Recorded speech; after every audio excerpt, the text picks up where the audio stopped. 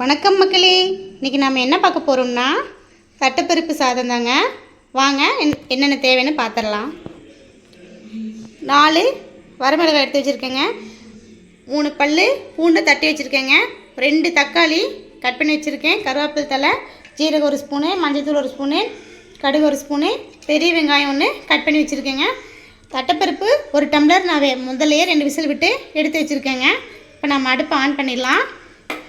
எண்ணெய் உப்பெல்லாம் தேவையான அளவு பார்த்துடலாங்க. அடுப்பு ஆன் பண்ணிட்டோம். இப்போ தேவையான அளவு எண்ணெய் ஊற்றிக்கலாங்க. குக்கர் சூடாகிட்டதையுமே இப்போ எண்ணெய் ஊற்றியாச்சுங்க. கடுகு 1 ஸ்பூன் போட்டுக்கலாம். கடுகு பொரிச்சிச்சுங்க. வெங்காயம் போட்டுக்கலாம். நீங்கள் சின்ன வெங்காயம் கூட சேர்த்துக்கலாம், இன்னும் சூப்பராக இருக்கும். இப்போ வெங்காயம் வணங்கிடுச்சுங்க. ஜீரகம் 1 ஸ்பூன் சேர்த்துக்கலாம். கூடவே மஞ்சத்தூளும் சேர்த்துக்கலாம் 1 ஸ்பூனு.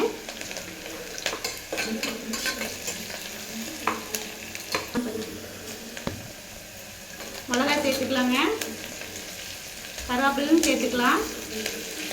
தட்டி வச்ச பூண்டும் சேர்த்துக்கலாங்க.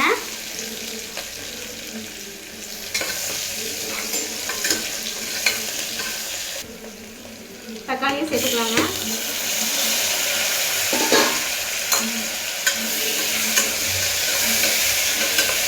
நல்லா வணக்கி விட்டுக்கலாம். 2 டம்ளர் அரிசிக்கு இது போதுமானதாங்க. நீங்கள் அரிசி சேர்த்து வைக்கிறீங்க அப்படின்னா அதுக்கு தகுந்த மாதிரி கொஞ்சம் சேர்த்துக்கலாம்.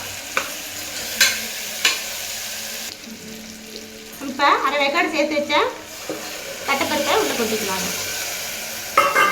அந்த தண்ணி கம்மியாக வச்சு சேர்த்துக்கிட்டிங்கன்னா தண்ணியோடு சேர்த்துக்கிடுங்க. அதுக்கு தகுந்த மாதிரி சாப்பாட்டுக்கு எவ்வளோ தண்ணி குறைக்க முடியுமோ அந்த அரிசிக்கு குறைச்சி ஊற்றி பண்ணுங்கள், இல்லைன்னா சாப்பாடு குறைஞ்சிரும்.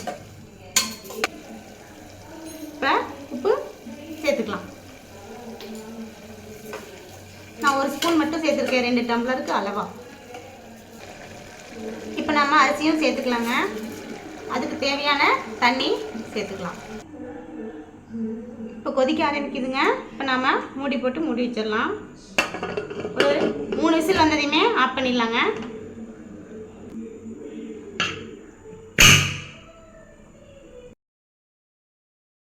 இப்போ நம்ம ஓப்பன் பண்ணி பார்க்கலாம். பாருங்க, சூப்பராக இருக்கும். நமக்கு குழையாமல் வந்திருக்குங்க. தட்டைப்பருப்பு சாப்பாடு சூப்பராக ரெடி ஆயிடுச்சு. சிம்பிளாக சூப்பராக செஞ்சிடலாம். நீங்கள் ஒரு தடவை கண்டிப்பாக ட்ரை பண்ணி பாருங்கள். வீடியோ பிடிச்சிருந்தா லைக் பண்ணுங்கள், ஷேர் பண்ணுங்கள், மறக்காமல் சப்ஸ்கிரைப் பண்ணிடுங்க. வாழ்க வளமுடன்.